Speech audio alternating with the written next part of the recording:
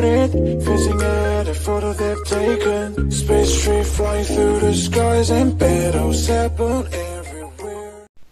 Coucou, c'est Bidip de ma petite médiathèque, je vous retrouve pour un nouveau vlog de lecture que je commence un peu en retard puisque nous sommes déjà le mercredi 3 mai. Mais voilà, c'est comme ça. Donc j'ai lu les tomes 3 et 4 de Heads, un manga, donc un thriller psychologique de Keigo Hiragashino et Matoru Mase. Excusez-moi si je prononce très mal. Donc j'avais lu le tome 1 la semaine dernière, il me semble, ou la semaine d'avant, je sais plus. En tout cas, on y suit un jeune homme qui reçoit une balle en pleine tête et qui va donc être opéré. On va lui faire une greffe du cerveau et quand il se réveille, il voit sa personnalité peu à peu se modifier. Et donc il va enquêter pour essayer de comprendre pourquoi il n'est plus le même et en quoi son opération peut avoir influencé ces changements. C'est une série que j'avais achetée d'occasion après avoir lu une critique chez quelqu'un, je ne sais plus chez qui puisque c'était dans ma bibliothèque depuis plus d'1 an. Et voilà, je l'avais trouvée d'occasion, je l'avais achetée, puis je n'avais jamais pris le temps de la lire. Il me manquait, c'est une série qui se termine donc en 4 tomes. Et il me manquait le tome 2.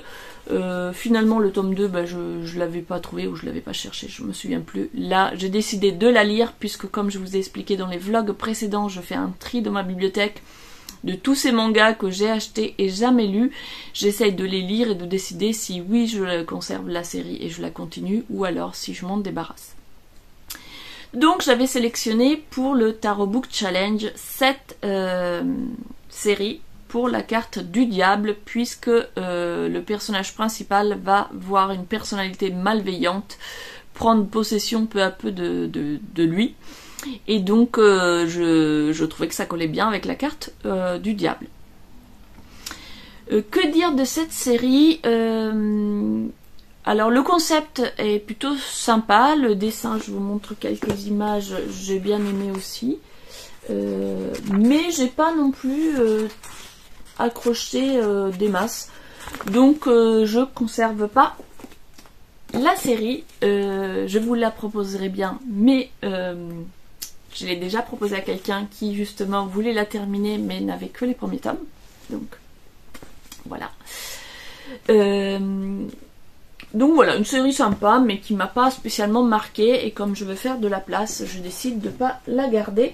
Par contre c'est chouette parce que ça se termine en seulement 4 tomes, donc si vous avez envie d'un petit thriller en manga en 4 tomes avec un pitch un peu particulier, allez-y.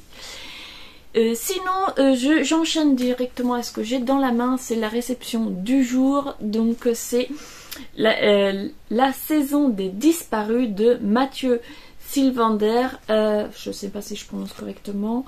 C'est paru à l'école des loisirs et donc je viens de le recevoir. Ça sera une lecture à venir, mais pas tout de suite parce que j'ai d'autres romans dans ma palle, notamment de l'école des loisirs que je viens de sortir pour prochaine lecture. Mais je dois d'abord terminer la saga islandaise que j'ai commencé. Il me reste que 2-3 pages, donc je vous en reparle quand je l'aurai fini. Et quand j'aurai fini la saga islandaise, j'hésite entre ces 2 romans, tous les 2 parus à l'école des loisirs. Sinon, en audio, je prends mes petites notes parce qu'à chaque fois j'oublie. En audio, je suis toujours dans l'écoute des Sœurs Carmine, le premier tome. Je l'ai presque fini. Une lecture très sympa, gothique. On est dans une ambiance un peu Halloween, mais avant l'heure. Mais voilà, j'aime bien. C'est une lecture légère avec des vampires, dans un univers très glauque, dans une ville où il n'y a que des créatures comme ça, des fantômes, des vampires, des nécromanciens, bref.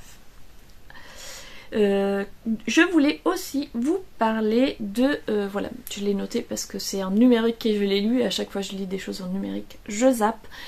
Je vous en ai parlé la semaine dernière, mais là je l'ai terminé, donc je vous en reparle. J'avais pris l'abonnement de Twig Tarax Taraxa, je crois. Bref. Donc une youtubeuse que j'ai découvert donc sur YouTube, dans le YouTube ésotérique, et qui a sorti un petit magazine qui est intitulé Météo Astro, donc c'est 24 pages, en tout cas celui de mai, donc je me suis abonnée à celui début mai, c'est sur Patreon, donc j'ai eu le numéro de mai, et elle sort un numéro donc par mois avec le signe du mois, les différentes lunes du mois, les différents transits planétaires, etc. Bref, si vous vous intéressez à l'astrologie ou que vous avez envie d'en savoir plus, moi j'y connais rien du tout en astrologie, mais du coup c'était parfait pour moi parce que du coup ça me permet d'en découvrir un petit peu plus. C'est bien écrit, c'est très agréable à lire, joliment illustré. Donc voilà, si vous avez envie de découvrir l'astrologie ou si vous voulez un petit magazine pour suivre l'astrologie mois par mois, je vous conseille d'aller voir. Donc je vous mettrai en barre d'infos sa chaîne YouTube. Vous y trouverez tout ce qu'il faut pour aller voir son magazine Météo Astro. Toujours sur YouTube, j'ai aussi regardé, je suis abonnée à la chaîne Cuisine Igeba, Cuisiner Igeba, voilà. Et donc j'ai regardé ce matin la vidéo sur les graines de chia et donc c'est intéressant. Moi je consomme déjà les graines de chia et j'avais déjà regardé des vidéos sur cette super aliment, mais du coup voilà, j'avais envie de ressavoir un petit peu plus sur les propriétés de cette graine que j'aime bien moi manger au petit-déj, mais je voudrais essayer de préparer des desserts avec à la place des desserts sucrés voilà, du supermarché. J'aimerais faire des desserts maison et je me suis dit qu'avec la graine de chia ça pourrait être sympa à essayer. Donc voilà, j'en ai plus en stock, donc ça sera pas cette semaine, mais c'est une idée qui me trotte dans la tête. Et c'est tout pour aujourd'hui, donc j'espère revenir assez vite et faire un vlog un petit peu plus régulier que la semaine dernière. Mais c'est pas gagné parce que on a quand même pas mal de trucs de prévus, donc voilà, je sais pas ce que ça va donner comme d'hab. Coucou, nous sommes jeudi, je viens de terminer ma journée de travail et je suis, comme vous pouvez le voir en arrière-plan, chez moi, puisque ce matin j'ai eu des problèmes de train, du coup j'étais en télétravail alors que d'habitude je suis sur site, mais du coup voilà, j'ai terminé ma journée et je suis déjà sur place, je vais pouvoir profiter un petit peu, il fait super beau. J'hésite entre aller me balader ou aller tout simplement prendre un petit thé au jardin. Mais avant ça, je voulais vous prendre rapidement pour vous dire que du coup, en attendant le train qui n'est jamais arrivé ce matin, j'ai terminé la saga de ce monsieur-là.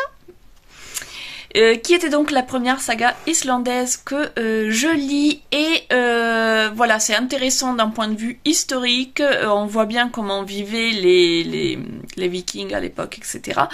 Maintenant, est-ce que j'ai trouvé que c'était intéressant comme lecture, enfin comme plaisir lecture on va dire? Clairement non.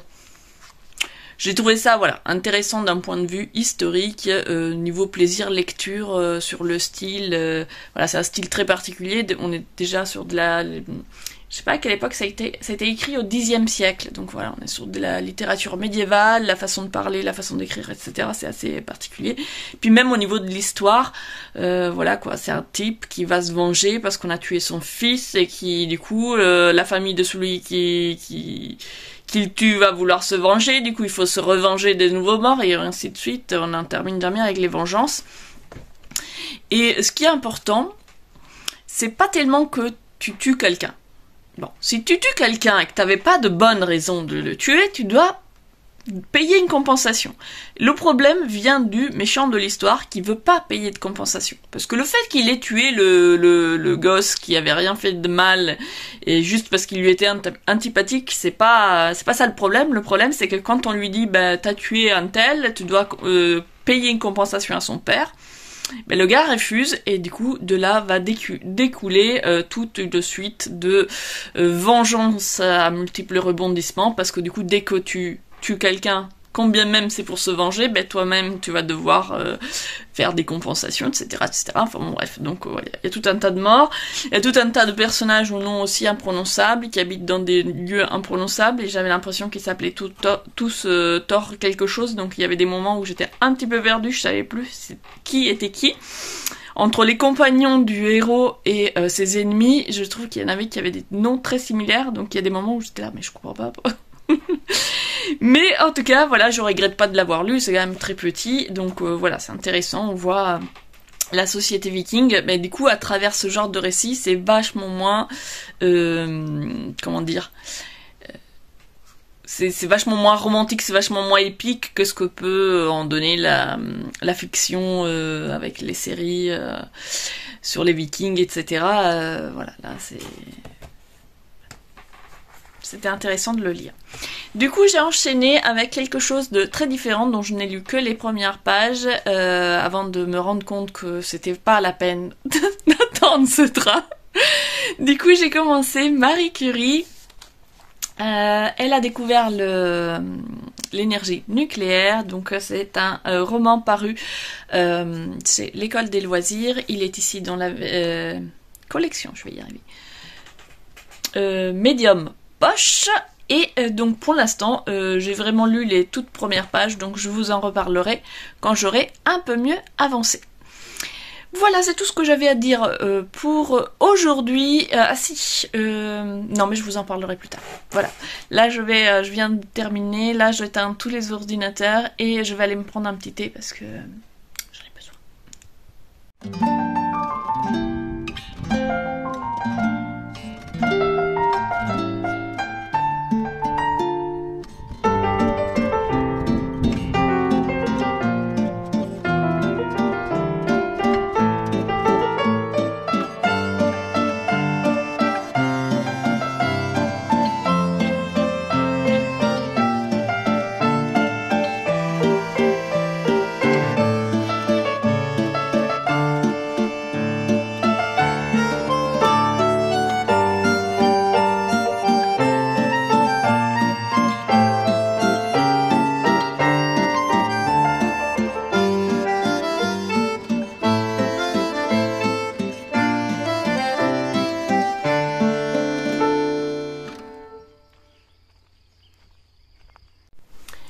Coucou, nous sommes déjà le mardi 9 mai. Je n'ai finalement pas conclu le vlog la semaine dernière. Du coup, j'ai décidé de faire 2 semaines d'affilée puisque finalement le week-end dernier, j'ai pas du tout eu le temps de filmer.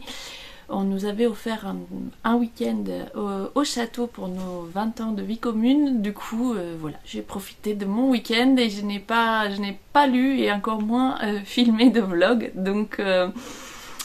Donc voilà, je enchaîne avec une deuxième semaine de lecture et j'ai terminé une lecture audio dont je vais vous parler du coup ce matin.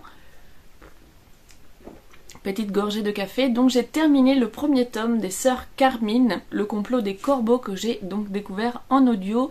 Je ne me souviens plus du nom de la lectrice, mais j'ai bien aimé sa performance parce qu'elle rend vraiment le récit très vivant, changeant de voix à chaque sœur. Et c'était très sympathique. Donc avec les Sœurs Carmine, on est dans une ville qui s'appelle Grisaille. Où tout est très glauque, où la ville est dirigée par une reine despotique et autour desquelles il y a des familles importantes qui du coup dirigent chacune un quartier de la ville.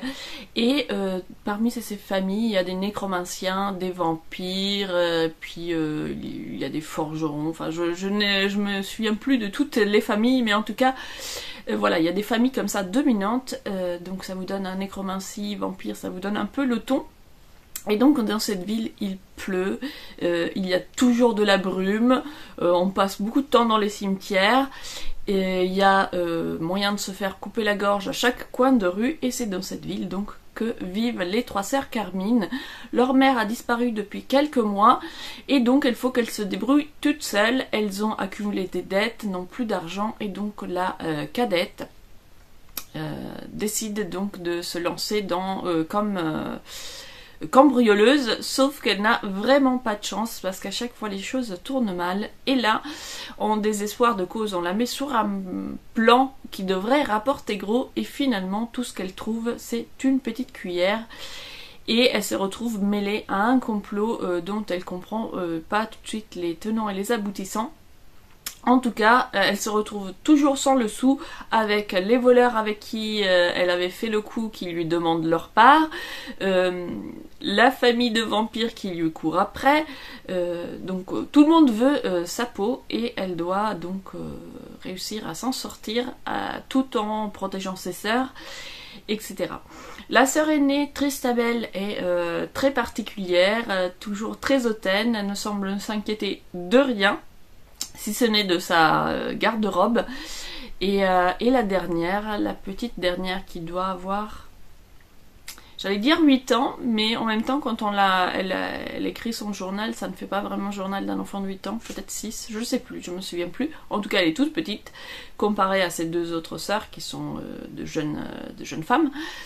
Et donc la petite dernière a la capacité de voir les fantômes, et Lana d'ailleurs, elle en parle librement, mais ses sœurs sont convaincus que c'est ses lubies de jeune enfant et que c'est ses amis imaginaires et ne se doutent pas qu'en réalité elle voit vraiment des fantômes. Et donc cette petite dernière va tenir un journal et donc on va avoir son point de vue. L'histoire se déroule du point de vue donc de celle du milieu. Son prénom m'échappe, Marie, je crois.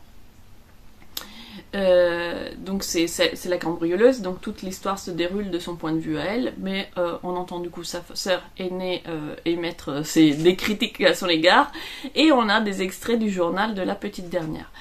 Donc on est dans une ambiance très glauque, mais racontée avec beaucoup d'humour, d'autodérision. On est dans une histoire drôle, au décor glauquissime, mais l'histoire est très drôle. Il y a beaucoup d'humour de situation, mais aussi beaucoup d'humour dans la façon dont c'est raconté, décrit. Et donc j'ai passé un très bon moment.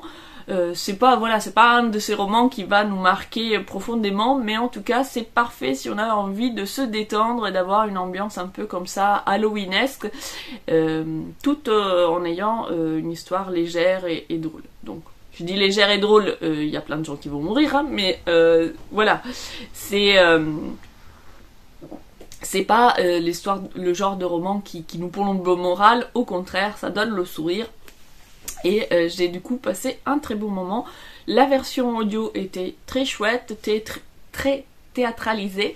Donc si vous cherchez un petit roman fantasy pour vous détendre sans prétention, je vous conseille les Sœurs Carmine, notamment dans leur version audio, que j'ai particulièrement apprécié.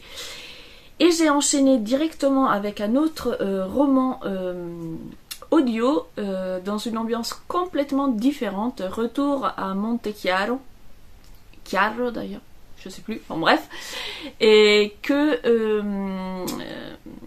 j'ai juste commencé pour l'instant, je l'ai écouté plutôt 4%, donc c'est un peu tôt pour savoir voilà, si on aime ou pas.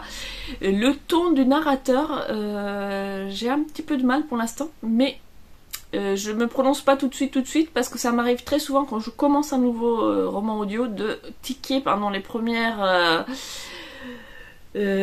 chapitres et le temps que je m'habitue au ton, mais voilà, dans ces tout premiers chapitres, je trouve le ton un petit peu trop grave, voilà. Et pour l'instant, il se passe rien, enfin on commence le récit avec un orphelin qui vient d'enterrer ses parents, mais le ton, je trouve, il est excessivement grave au regard des événements qui sont racontés. Par exemple, voilà, on va suivre cet enfant, alors oui, l'enterrement c'est très grave, mais finalement on ne raconte pas l'enterrement.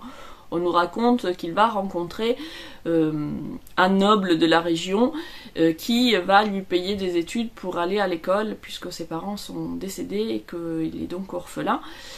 Et voilà, c'est lu avec une espèce de lourdeur et une façon, je sais pas comment expliquer, une façon un peu traînante de dire les phrases qui est un peu étrange, je trouve, et pas forcément, qui colle pas forcément au ton de ce qui est raconté, ou alors ça en rajoute un peu, je trouve, par rapport à ce qui est raconté, Mais je vais peut-être m'habituer et ça va le faire par la suite. En tout cas, nous sommes en Italie, donc ça commence en Toscane, avec cet enfant qui est orphelin, qui va aller voir ce noble, avec un prêtre, pour que ce noble prenne soin de lui, et le noble s'engage à lui payer des études. On ne sait pas pourquoi il prend cette décision, est-ce que c'est par bonté d'âme, est-ce qu'il y a un lien entre l'enfant et lui? Pour l'instant, on n'en sait rien. En tout cas, il prend cette décision et l'enfant est très curieux de savoir l'histoire de cet homme qui élève seul son enfant de 4 ans et dont l'épouse est partie. Et donc le prêtre qui accompagne l'enfant lui promet de lui raconter l'histoire de je sais plus si c'est un duc ou enfin bon bref, de cet homme. Et du coup, on passe de l'époque où il y a l'enfant qui va à l'école au passé du noble qui se rend à Venise pour payer des dettes de son père décédé. Donc j'en suis arrivée là pour l'instant. Donc nous sommes, je sais plus si je l'ai dit, nous sommes à la fin milieu 19e, donc en 1850 et quelques, en Italie, donc entre la Toscane et Venise. Du coup le contexte historique m'intéressait beaucoup. Je ne connais pas l'auteur, je me souviens plus du tout du pitch du roman. Je l'avais demandé parce que c'était vraiment le contexte historique qui m'intéressait. La Toscane c'est ma région d'origine, donc voilà, j'avais très envie de découvrir ce récit à cause de ça. Et du coup, pour ce qui est des descriptions de la Toscane, je suis ravie, j'ai ce que je voulais. Pour le récit, pour l'instant 4%, je ne sais pas encore si ça va vraiment me plaire ou pas. En tout cas, ça ne ressemble pas à ce que j'ai l'habitude de lire. Je pense qu'on va être dans une sorte de saga familiale, type de roman que je ne lis jamais. Donc voilà, ça va être une découverte. Ça sera tout pour ce matin et je vais essayer de vous reprendre un petit peu plus que la semaine dernière pour vous faire mes updates au fur et à mesure. Coucou, nous sommes jeudi, combien? Je sais plus, 11 mai, et je viens vous faire un petit update lecture et vous montrer mes derniers achats parce que j'ai encore craqué. Alors je viens de terminer Marie Curie, elle a découvert l'énergie nucléaire, donc écrit par Xavier Laurent Petit et publié, je trouve pas mes mots aujourd'hui, à l'école des loisirs. Donc là c'est dans la collection Medium Poche. C'est un tout petit livre mais qui retrace du coup la vie de Marie Curie depuis son départ de Pologne et son arrivée en France pour suivre des études, sa rencontre avec Pierre Curie, ses recherches et puis l'action qu'elle va mener pendant la Première Guerre mondiale avec ses camions pour faire des radios pour les blessés. Donc j'ai trouvé ça très intéressant parce que Marie Curie, ben voilà, tout le monde connaît Marie Curie, mais je ne connaissais pas vraiment sa vie, donc c'était très intéressant à lire. J'aime beaucoup la plume de Xavier Laurent Petit, que j'ai eu l'occasion de lire dans d'autres romans également parus chez l'école des loisirs, et c'est très simple, mais c'est très fluide, c'est vivant, ça se lit vraiment facilement, et voilà, moi j'aime bien ce côté de sa plume où vraiment ça se lit tout seul. Et du coup voilà, dans ce livre donc on a le roman qui retrace un peu sa vie. Ce que j'ai aimé aussi c'est que c'est très bien documenté et à l'intérieur du récit il y a des extraits des lettres que par exemple Marie Curie a pu écrire. Et donc on sent qu'il y a eu une recherche sur vraiment les propos, l'état d'esprit qu'on décrit dans le roman se rapproche le plus possible de celui qui pouvait être l'état d'esprit de Marie Curie, puisqu'on se base sur ses lettres, sur ses carnets de notes, etc. Et à l'intérieur, il y a un petit plus, on aura un petit album photo comme ça, avec des photos du coup et des petites explications, voilà. Donc j'ai trouvé ça très très chouette, et donc déjà ça permet de découvrir un personnage très important, dont on a tous entendu le nom, mais dont on ne connaît pas forcément l'histoire. C'est une femme scientifique, d'ailleurs c'est dans cette collection qui met en avant plusieurs femmes scientifiques, et c'était ce qui nous avait intéressé avec ma fille dans la découverte de cette collection, et on avait donc choisi 2 romans, celui-ci et un autre que je vais lire ensuite. Et du coup, je trouve ça très intéressant. Ça met en avant des femmes scientifiques. Et là, du coup, nous sommes femmes 19e, début 20e siècle. Donc, à une époque où les femmes sont très rares dans le milieu. Donc, outre le fait que c'était une scientifique particulièrement douée et qu'elle ait fait des découvertes intéressantes, c'est intéressant aussi son combat pour pouvoir justement se faire une place malgré le fait que ce soit une femme. Ça ne semble pas être, en tout cas, comme c'est raconté, et voilà, comme c'est la première fois que je lis un récit sur Marie Curie, je ne sais pas, mais j'imagine que si c'est raconté ainsi, c'est que c'est de tel, comment dire, que c'est comme ça qu'elle le retranscrit dans ses notes, dans ses carnets, puisqu'elle tenait des carnets très détaillés de toute sa vie en fait, de ses recherches mais aussi de son quotidien. Ça semble pas vraiment être une lutte pour elle, on sent pas le côté revendicatif, je veux en tant que femme pouvoir, elle a l'air, en tout cas, d'après ce que moi j'ai ressenti en lisant le roman, c'est moi je vais faire des sciences et c'est tout, en fait, c'est vraiment la motivation, elle veut faire des sciences, quoi, point. Et elle est prête à voilà, partir à l'autre bout de l'Europe pour faire des sciences, elle part parce qu'en Pologne, elle peut pas étudier, donc elle part, et elle va faire des sciences. Il n'y a pas ce côté engagé dans la lutte des droits des femmes, etc. Mais par contre, ben voilà, elle veut faire des sciences, et on va pas lui dire, non, tu peux pas parce que t'es une femme. Elle va faire des sciences quand même, elle va trouver le moyen de faire des sciences quand même, donc voilà, et en même temps ça fait boule de neige, parce que si elle se crée une place,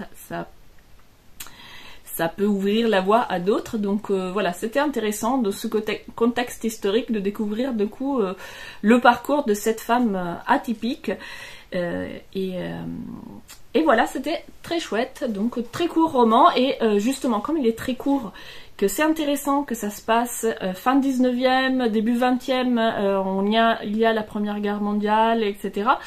Je trouve que ça ferait une lecture très intéressante à inclure dans un programme scolaire, par exemple le 3e, où on va étudier la Première Guerre mondiale, le 19e siècle, je ne sais pas si on l'étudie et quand on l'étudie.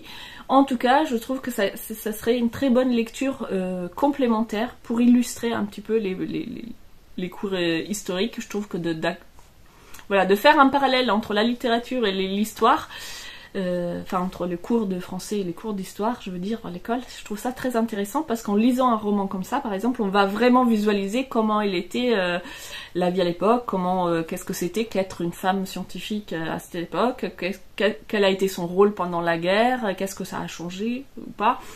Donc voilà, ça illustre un petit peu. Alors la guerre, c'est pas vraiment à propos de la guerre, je pense à ça parce que justement ma fille est en 3e, elle étudie la Première Guerre mondiale, et ici on en parle, et c'est un aspect dont on parle pas forcément dans les cours d'histoire, et du coup je trouve ça toujours voilà, intéressant d'avoir des lectures dont c'est pas forcément le sujet, comme il y a d'autres lectures, par exemple elle a lu en cours de français La Chambre des officiers, là c'est vraiment, on parle de la guerre 100%, mais je trouve que c'est intéressant d'avoir des lectures justement où on parle aussi de la guerre, mais aussi de qu'est-ce qui se passe ailleurs qu'au front, et donc voilà, la vie de cette femme scientifique qui a vécu cette époque-là, très intéressant pour contextualiser l'époque. Et j'ai enchaîné avec une lecture d'un tout autre type. On oublie les femmes scientifiques pour aller vers les femmes sorcières. Et donc j'ai commencé Le Royaume des damnés. Donc un livre écrit par Kerry Maniscalco, qui est du coup traduit de l'américain, enfin de l'anglais américain. Donc l'autrice est américaine d'origine italienne, donc c'est ses arrière-grands-parents, il en parle puisqu'elle leur rend hommage. C'est ses arrière-grands-parents qui ont émigré aux États-Unis, et donc dans sa famille quand même il y a toute cette culture italienne qui est restée importante, et donc à travers ce roman elle veut leur rendre hommage. Donc moi-même étant aussi issue de la diaspora italienne, j'avais très envie de découvrir ce roman, et pour l'instant j'en suis, du coup j'ai vraiment commencé ce matin, hein, donc j'en suis à la page 37, au milieu du 2e chapitre, ou au tout début du 2e chapitre même, je crois. J'ai commencé le 2e chapitre tout à l'heure. Mais j'aime bien, voilà, pour l'instant c'est très tôt pour vraiment critiquer un livre, 37 pages. En tout cas, j'aime l'ambiance. Du coup, nous sommes en Sicile, dans une famille de sorcières. Le fait d'être sorcière se transmet donc de mère en fille, enfin par les femmes au sein d'une famille, mais ça peut sauter des générations. L'héroïne a une sœur jumelle, elles deux ont du coup, je crois, si j'ai bien compris, qui ont hérité du coup de ce pouvoir de sorcière, mais pas leur mère, ça leur vient de leur grand-mère. Donc ils vivent tous ensemble. Elle a 18 ans, il me semble. Elle travaille dans le restaurant familial, donc cet aspect aussi m'a beaucoup plu parce que du coup ça arrête pas de parler de nourriture. J'étais aux anges, j'étais là, mais ça a l'air bon ça, oh oui, ça me donne des idées. Du coup en plus toute une cuisine italienne dans laquelle évidemment je retrouve mes sources, vous l'aurez remarqué. Et donc voilà, on va suivre l'histoire à travers les yeux de Emily. Dans cet univers, il y a donc des sorcières qui ne sont pas tout à fait humaines, et donc les humains ont peur de ces sorcières et les pourchassent, donc elles doivent vivre dans le secret et ne pas montrer leur pouvoir en public. Et il y a des légendes comme quoi des damnés, des princes de l'enfer vont venir pour voler les âmes des sorcières. Et donc voilà, la grand-mère, elle raconte ces légendes depuis qu'elles sont toutes petites, sauf que comme elles n'ont jamais vu de damnés et elles y croient pas vraiment. Pour elles c'est des légendes d'une grand-mère superstitieuse, mais elles n'y croient pas vraiment. Donc on se doute que ces princes va les rencontrer. Bon, de toute façon c'est écrit là. Mais voilà, là c'est vraiment la mise en bouche, on va dire, pour rester dans le vocabulaire culinaire qui est très présent dans ce début de roman. Et c'est une mise en bouche qui donne envie de manger le plat. Donc voilà, je vous en reparlerai quand j'aurai avancé. En tout cas, pour l'instant, je suis très contente de lire ce livre. Et maintenant, on passe à la section craquage en librairie. Je suis allée à la librairie dans l'intention de acheter un livre, ou du moins feuilleter le livre pour voir si ça m'intéressait au point de vouloir l'acheter.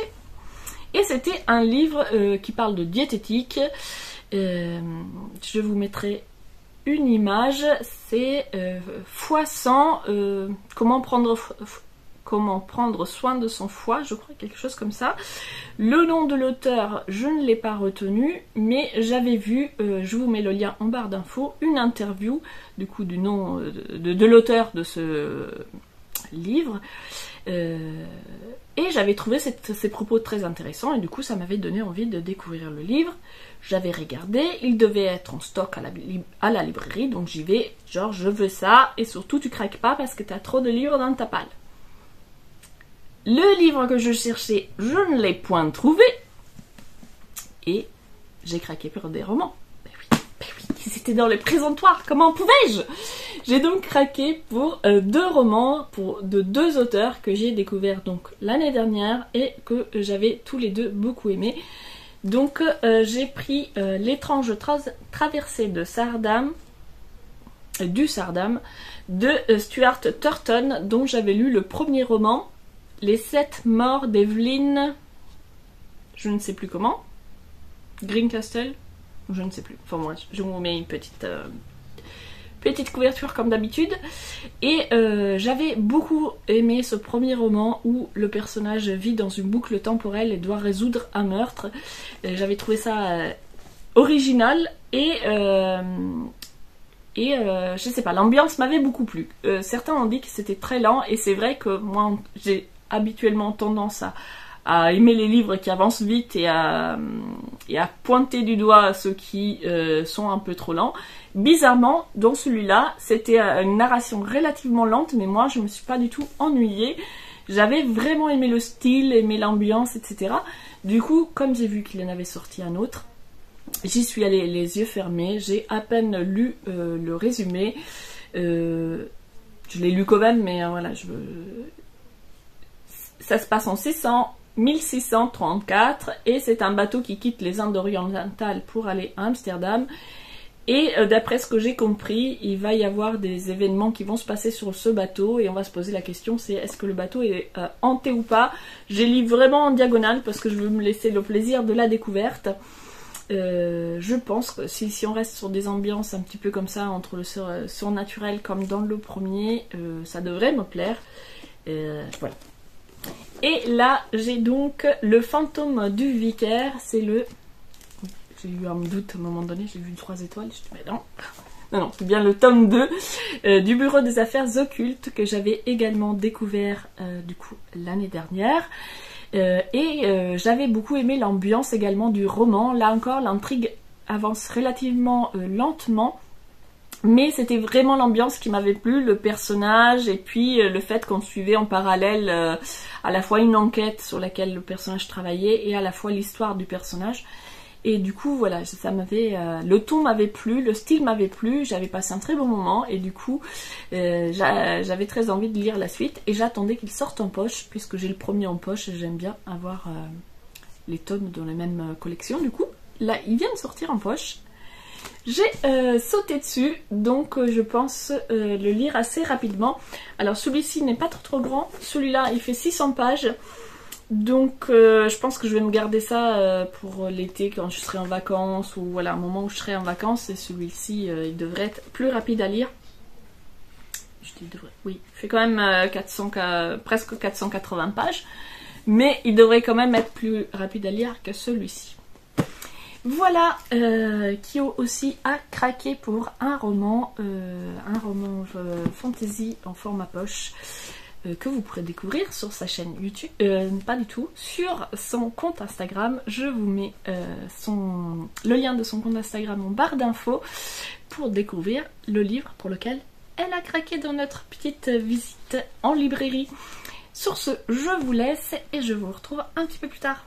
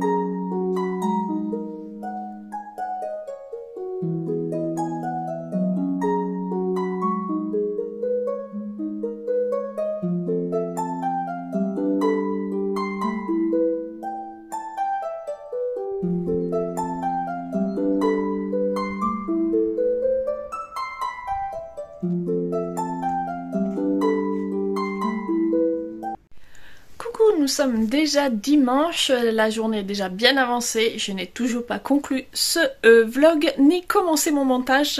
En ce moment avec le printemps et tout, je suis hyper à la bourre à chaque fois, mais je vais quand même essayer de le poster ce soir à je ne sais pas quelle heure.